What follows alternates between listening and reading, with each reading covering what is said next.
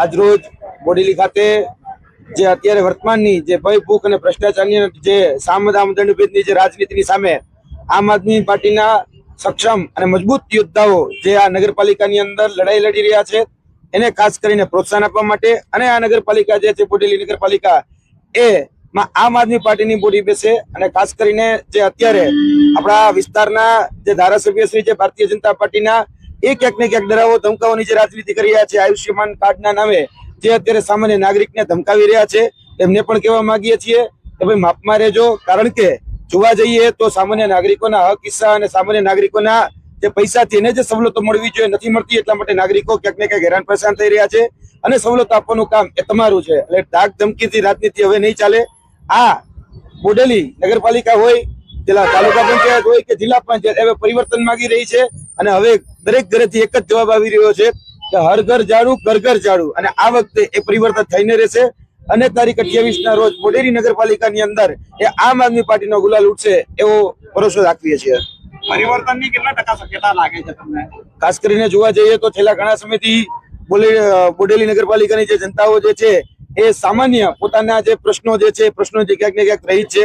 Road રસ્તા પાણીના પ્રશ્નો હોય કે પછી અન્ય સામાન્ય જે પ્રશ્નો હોય પાયાની સુવિધાઓના, એ પાયાની સુવિધાઓ પણ અત્યાર સુધી પહોંચાડવામાં નથી આવી. અને ખાસ કરીને વેરાના નામે જે મટમોસી રકમો જે છે એ ક્યાંક ને ક્યાંક ચાઉ કરી નાખવામાં આવે છે અને એને મળતી જે ગ્રાન્ટ જે છે એ જે આગેવાનો જે છે એ આગેવાનો પોતાના ઘર ભરવામાં ઉપયોગ કરી રહ્યા છે.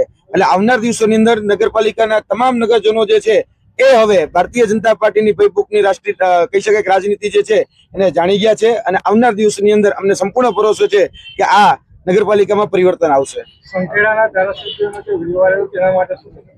ખાસ કરીને જોવા જઈએ તો અત્યારે દરેક જગ્યાએથી અલગ અલગ પ્રકારના ભારતીય જનતા પાર્ટીના વિડીયો વાયરલ થઈ રહ્યા છે. અત્યારે થોડા સમય પહેલા જ આજના દિવસમાં જ એક એવો વિડીયો પણ વાયરલ થયો કે જો તમે બીજા એટલે કે ભારતીય જનતા પાર્ટી સિવાય બીજા કોઈ અન્ય પક્ષને વોટ આપશો તો અમે તમને ગ્રાન્ટ નહીં પહોંચવા દઈએ, અમે તમને જે નાણાં જે છે જે તમારા નાગરિકે ટેક્સના પૈસાના રૂપિયા આપ્યા છે એની સવલતો તમારા સુધી પહોંચવા નહીં દઈએ. અને ત્યારે ગૃહ રાજ્યમંત્રી હર્ષભાઈ સંઘવી એ સભામાં પણ ઉપસ્થિત હતા. હવે જોવા જઈએ તો ક્યાંક ને ક્યાંક ભારતીય જનતા પાર્ટીના અત્યારે જે નેતાઓ જે છે એ બોલવાની અંદર પોતાનું ભાન ભૂલી રહ્યા છે. એ સામાન્ય જનતાના ટેક્સના પૈસા છે, વેરાના પૈસા છે, કે ભારતીય જનતા પાર્ટીના બાપુજીના પૈસા નથી કે પછી કોઈ એને 2 વીઘા જમીન વેચીને પૈસા ભેગા નથી કર્યા. એટલે તે ટેક્સના પૈસા છે એ ટેક્સના પૈસાનું યોગ્ય રીતે કહી શકાય કે એનું વળતર મળવું જોઈએ અને દરેક નાગરિકોને મળવું જોઈએ, એ અમારી આ માધ્યમથી માંગણી છે. ખાસ કરીને છોટાઉદેપુર જિલ્લામાં પાયાની સુવિધાઓના પુષ્કળ અભાવ છે. જોઈએ છે કે રોડ રસ્તા ખલાસ થઈ ગયા છે, પુલો બધા બેસી ગયા છે અને કોઈ જાતનો વિકાસ નથી. તો આમ આદમી પાર્ટી આ પ્રશ્નને લઈને છોટાઉદેપુર જિલ્લામાં શું કરશે? છોટાઉદેપુર જિલ્લાની અંદર જોવા જઈએ તો છેલ્લા ઘણા સમયથી એવું કહેવામાં આવતું હતું કે જે વિકાસ જે છે એ વાઇબ્રન્ટ વિકાસ છે, પરંતુ વાસ્તવિક રીતે જોવા જઈએ તો વાઇબ્રન્ટ વિકાસની પોલ ત્યારે જ ખુલી જાય છે કે જ્યારે છોટાઉદેપુરના અલગ અલગ વિસ્તારોમાંથી જ્યારે બેનો દીકરીઓને જ્યારે પ્રસૂતિની પીડા ઉત્પન્ન થાય ત્યારે એના સુધી 108 એમ્બ્યુલન્સ નથી પહોંચી શકતી. આ છોટાઉદેપુરની નગરપાલિકા જે અત્યારે જે છે એ છોટાઉદેપુરની નગરપાલિકામાં SF હાઈસ્કૂલ કરીને જે સંસ્થા આવેલી, એ શિક્ષકો જયારે તનતોડ મહેનત કરીને નોકરીએ લાગે છે એની પાસે ડોનેશનના નામે લાખો રૂપિયા ક્યાંક ને ક્યાંક ઉઘરાણા કરવામાં આવે છે. નળ સે જળ જેવું કૌભાંડ એ આ છોટાઉદેપુરની સૌથી મોટી એ ખૂબી છે.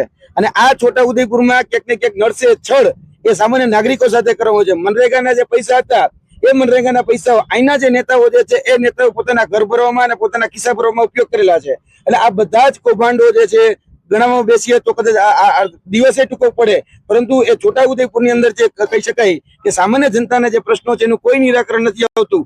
અને જે સત્તાધીશો છે અને ખાસ કરીને જે વર્તમાનના અધિકારીઓ છે એ અધિકારીઓ પણ એ સામાન્ય જનતાને સામે નથી જોતા. વિદ્યાર્થીઓ જયારે પોતાની કહી શકે કે જે પ્રમાણપત્રો છે એની જયારે વેરિફિકેશન માટે પ્રમાણપત્રો માટે લેવા માટે ત્યાં પહોંચે છે તો કલેક્ટર શ્રી ત્યાં ઉત્પન્ન નથી રહેતા, કહી શકાય કે ઉપસ્થિત નથી રહેતા. અને ક્યાંક ને ક્યાંક રીલ બનાવવામાં કલેક્ટર જે છે એ સૌથી વધારે રીલ બનાવવામાં જ વ્યસ્ત હોય છે, રોડ ઉપર દોડે છે. પરંતુ આ છોટાઉદેપુરમાં કે આ બોડેલી વિસ્તારમાં એક સારા ગ્રાઉન્ડની વ્યવસ્થા નથી. એટલે જોવા જઈએ તો મેરેથોન થાય છે, પણ મેરેથોન દોડવા માટે અહીંના જે બાળકો છે એ બાળકોને કોઈ સવલત નથી આપવામાં આવતી. એટલે હાથીના દાંત દેખાડવાના અલગ અને ચાવવાના અલગ છે. એ અધિકારી હોય કે સત્તાધીશ હોય, બધી જ જગ્યાએ ખાટલે મોટી ખોડ છે. છેલ્લો પ્રશ્ન એવો છે કે એવું કહેવાય છે કે ઘર ઘર ઝાડુ હર ઘર ઝાડુની વાત છે, પરંતુ બોડેલી નગરપાલિકામાં આમ આદમી પાર્ટીને પૂરતા ઉમેદવાર નથી મળ્યા, તો એ કઈ રીતે બોડેલીની સત્તા ઉપર પોતાનું બોર્ડ બનાવી શકશે? ખાસ કરીને જોવા જઈએ તો છેલ્લા ઘણા સમયથી તમે પણ જોયું છે, તમે પણ વાતના તાજના સાક્ષી હશો કે ગુજરાતની અંદર 700 જેટલી સીટો જે છે બિનહરીફ કરવામાં આવી. અહીંયા પણ જે ઉમેદવારોને ઉભા રાખવામાં આવ્યા હતા એ ઉમેદવારોને ડરાવવામાં આવ્યા, ધમકાવવામાં આવ્યા, ક્યાંક પૈસાના લોભ લાલચ આપી પ્રલોભનો આપીને તોડવાનો પ્રયત્ન કરવામાં આવ્યો.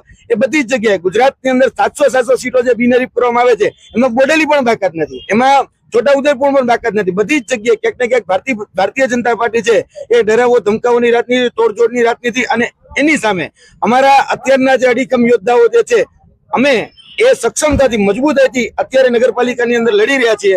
અને અમને પૂરેપૂરો ભરોસો છે કે જેટલા ઉમેદવારો અત્યારે અમારા ઉભા છે એ તમામ ઉમેદવારો જે છે એ આ નગરપાલિકાની અંદર જે સામાન્ય જનતાની જે શાસન કહેવાય એટલે કે વ્યવસ્થા પરિવર્તનનું જે શાસન કહેવાય એ ચોક્કસપણે લાવશે. બોડેલી નગરપાલિકાના ઉમેદવારોને ધમકી કે પ્રલોભન મળ્યા છે ખરા? આ ચોક્કસપણે અમારા એક ઉમેદવારને ફોડવામાં પણ આવ્યા છે, એક ઉમેદવાર જે છે એને ક્યાંક ને ક્યાંક પ્રલોભન આપીને તોડવામાં પણ આવ્યા છે. બીજા જે અન્ય ઉમેદવારો જે છે બીજા અન્ય ઉમેદવારોને પણ ક્યાંક ને ક્યાંક ડરાવવા ધમકાવવાની વાત હોય કે એમના ઘર સુધી ભારતીય જનતા પાર્ટીના મળતિયા હોય એના ઘર સુધી બીજા ત્રીજા લોકોને મોકલી અત્યારે એ લોકોને એવું કહેવામાં આવે છે કે તમે આ વિસ્તારની અંદર શાંત બેસી જાઓ અને આ વિસ્તારની અંદર તમે હવે પ્રચાર પ્રસાર ન કરતા, અને હવે તમારા જે સ્નેહીજનો છે, તમારા જે નજીકના લોકો છે એને ભારતીય જનતા પાર્ટીમાં વોટ આપવા માટે મજબૂર કરો તો અમે તમને અલગ અલગ પ્રકારની લોભ લાલચો આપે છે, કોઈને ડરાવે છે, કોઈને ધમકાવે છે, કોઈને પૈસાના પ્રલોભનો આપે છે. ઘણી બધી જગ્યાએ એ સામદામ દંડભેદની રાજનીતિ થાય છે. પરંતુ અત્યારે જે અમારા આગેવાનો જે છે જે અત્યારે નગરપાલિકાની અંદર લડી રહ્યા છે એ ખૂબ મજબૂતાઈથી અને ખૂબ અડીખમ રીતે લડી રહ્યા છે. Thank you.